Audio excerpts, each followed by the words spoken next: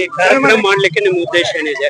ಇವತ್ತು ನಮ್ಮ ಕರ್ನಾಟಕ ರಾಜ್ಯ ರೈತ ಸಂಘ ವಾಸುದೇವ ಮೇಟಿ ಬಣದ ವತಿಯಿಂದ ಇವತ್ತು ಏನು ನವಲಗುಂದ ಹಾಗೂ ನರಗುಂದದಲ್ಲಿ ಹುತಾತ್ಮರಾದಂತ ನಮ್ಮ ರೈತರ ಒಂದು ದಿನಾಚರಣೆ 45ನೇ ದಿನಾಚರಣೆ. ಅದರ ಪ್ರಯುಕ್ತವಾಗಿ ಇವತ್ತು ನಮ್ಮ ದಾವಣಗೆರೆ ಜಿಲ್ಲೆಯ 8 ತಾಲೂಕಿನ ಎಲ್ಲ ರೈತ ಬಾಂಧವರು ಕೂಡಿಕೊಂಡು ಇವತ್ತು ನಮ್ಮ ಹುಬ್ಬಳ್ಳಿಯ ಸವಾಯಿ ಗಂಧರ್ವ ಹಾಲಿನಲ್ಲಿ ರೈತ ಹುತಾತ್ಮ ದಿನಾಚರಣೆಯನ್ನ ನಾವು ಶಾಂತಿಯುತವಾಗಿ ಆಚರಿಸಬೇಕಂತ ಎಲ್ಲರೂ ಕೂಡಿಕೊಂಡು ನಿರ್ಧಾರ ಮಾಡ್ಕೊಂಡಿದ್ದೀವಿ.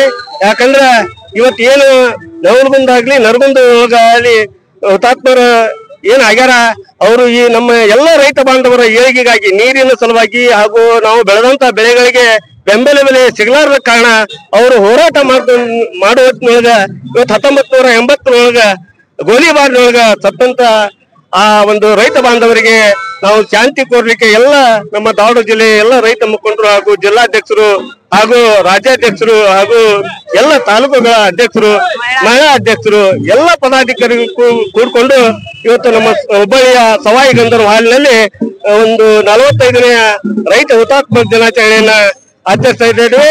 ಈಗ ಏನು ಅವರು 45 ವರ್ಷದಿಂದ ಏನು ತೀರ್ಕೊಂಡ್ರ ಅವ್ರ ನೋವು ಏನಿತ್ತು ಈಗೂ ಅದೇ ರೈತರಿಗೆ ನೋವು ಐತಿ.